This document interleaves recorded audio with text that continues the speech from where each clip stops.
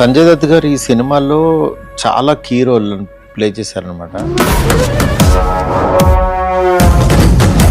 ఈ రోల్లో ఆయన ఫ్లాష్ బ్యాక్లో ఒకలా కనిపిస్తారు,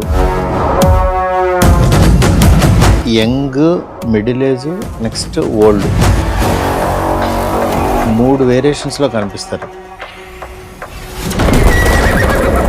కనిపిస్తూ ఇందులో ఒక గోస్ట్ రోల్ కూడా ప్లే చేశారు.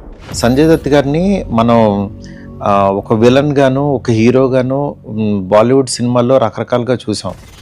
కానీ మన తెలుగు ఆడియన్స్కి కానీ పాన్ ఇండియాకి కానీ ఈ కైండ్ ఆఫ్ రోల్లో ఇంతవరకు చూడలేదు. అంటే 3 వేరియేషన్స్ ఉంటే పక్కన పెడితే, నెక్స్ట్ మన ఇంట్లో ఉండే ఒక పర్సన్ లాగా సంజయ్ దత్ గారు అనిపిస్తూ ఈ సీన్స్ అన్నిటిలోనూ అసలు ఆయన చిన్న చిన్న మైన్యూట్ డీటెయిల్స్ చాలా బాగా చేశాడు. నిజంగా సంజయ్ దత్ గారు లాంటి ఒక లెజెండ్ యాక్టర్తో వర్క్ చేయడం నా అదృష్టం. మా సినిమాకి ఒక పెద్ద అసెట్ అంటే ప్రభాస్ గారి తర్వాత సంజయ్ దత్ గారే.